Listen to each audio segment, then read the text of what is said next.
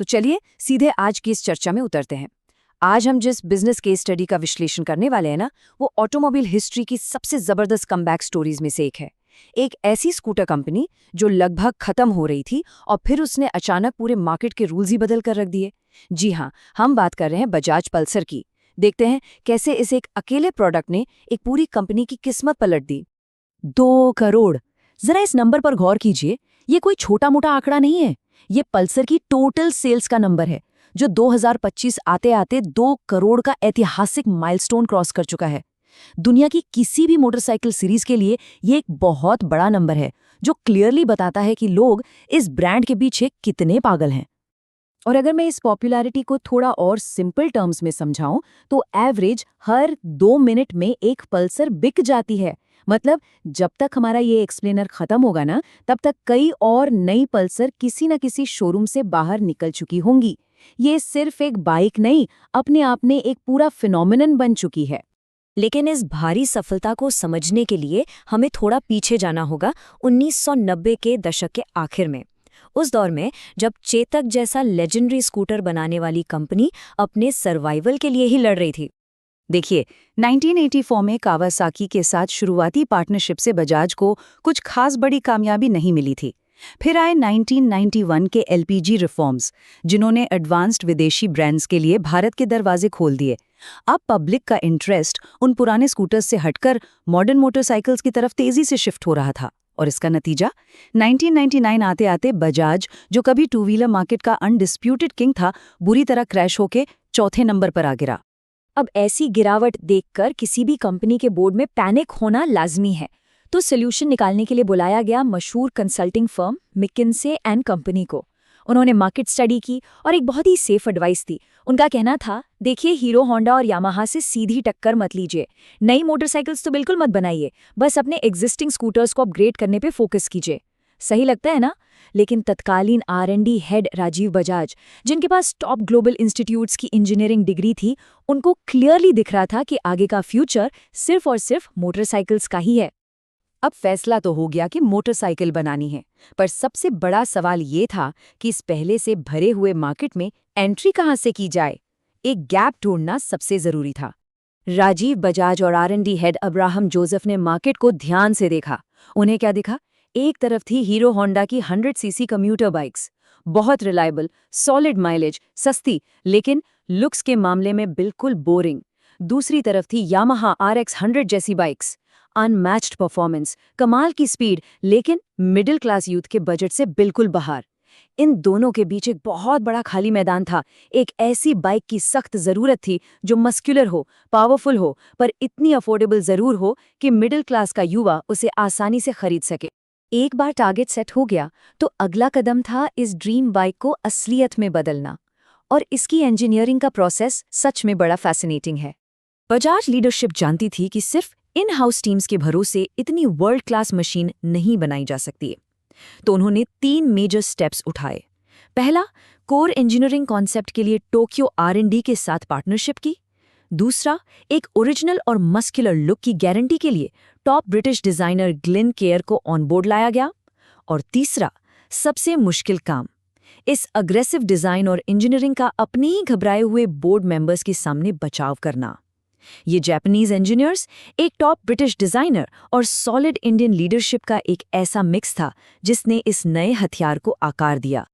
और इस पूरे रिसर्च और डेवलपमेंट प्रोजेक्ट पर लगभग 100 करोड़ रुपए इन्वेस्ट किए गए। जरा सोचिए, उस वक्त एक स्ट्रगल कर रही कंपनी के लिए ये कितना बड़ा जुआ था।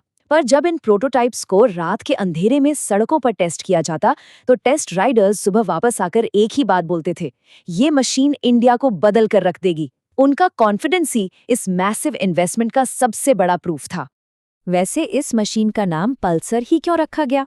ये बहुत इंटरेस्टिंग है। स्पेस साइंस में पल्सर एक तेजी से घूमने वाला न्यूट्रॉन स्टार होता है, जो लगातार पावरफुल एनर्जी की किरणें छोड़ता रहता है। बजाज को एक ऐसा नाम चाहिए था जो सुनते ही रॉ पावर, स्पीड और कंटिन्यूअस अग्रेसिव एनर्जी का एहसास कराए। और सच कहूं तो ये नाम इस बाइक के एटीट्यूड पर बिल्कुल फिट बैठा। तो अब सब तैयार था और आखिरकार वो वक्त आया जब इस फिनोमिनल मशीन ने मार्केट में कदम रखा। नवंबर 2001, जब पल्सर के 150 और 180 मॉडल्स लॉन्च हुए तो उन्होंने उस पुराने family oriented two wheeler market के ढांचे को पूरी तरह से तोड़ दिया। 2001 में इस प्राइस कैटेगरी में front disc brake, electric push button start, twin pilot lamps और वो मैसिव मस्कुलर फ्यूल टैंक किसी ने सपने में भी नहीं सोचा था। इन प्रीमियम फीचर्स ने रातों रात बजाज को एक पुराने स्कूटर ब्रांड से इंडिया के सबसे हॉट परफॉर्मेंस मैन्युफैक्चरर में ट्रांसफॉर्म कर दिया, एकदम गेम चेंजर। इसके एडवर्टाइजिंग की स्टोरी भी कम मजेदार नहीं है। जब ओगलवी एंड मैथो की क्रिएटिव टीम ने पहली बार इस बाइक को देखा तो उनका स्पॉन्टेनियस रिएक्शन था, ये बाइक निश्चित रूप से पुरुष दिखती है।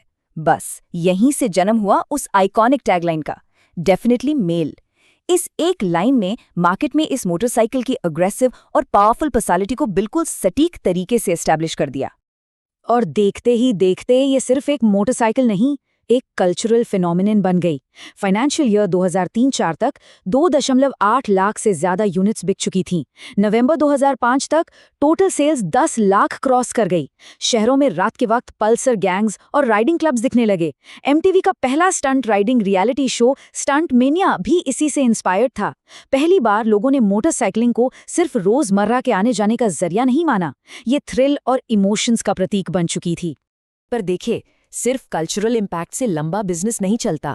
इस मैसिव सेल्स डोमिनेंस के पीछे एक जबरदस्त फाइनेंशियल मास्टर स्ट्रोक भी था। ये मास्टर स्ट्रोक था बजाज फाइनेंस के रेवोल्यूशनरी ईएमआई ऑप्शंस। कंपनी ने अपनी ही ऑटो फाइनेंसिंग आर्म का यूज करके बेहद कम डाउन पेमेंट और कम ब्याज दरों पर फाइनेंस की सुविधा दी।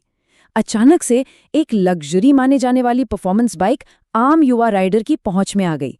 इस एक फाइनेंशियल मूव ने डिमांड को आसमान पर पहुंचा दिया। और रिजल्ट, नतीजा आपके सामने है।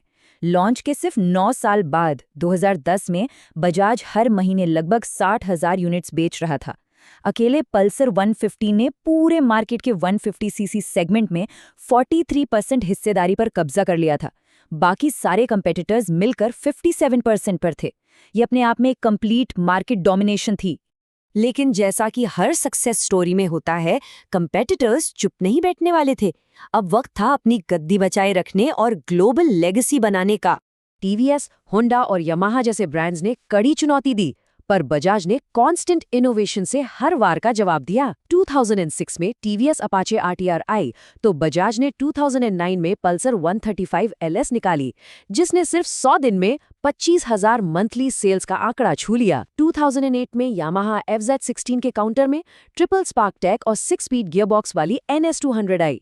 और हाल ही में 2024 में जब 300 सीसी प्लस का मार्केट इवॉल्व हुआ तो उन्होंने सीरीज का सबसे पावरफुल इंजन NS400 लॉन्च किया। इसी तेजी और अडेप्टेबिलिटी की वजह से ही 2011 में इनका मार्केट शेयर 47% तक गया और ब्रांड लैटिन अमेरिका और अफ्रीका जैसे ग्लोबल मार्केट्स में भी टॉप पर पहुंच गया।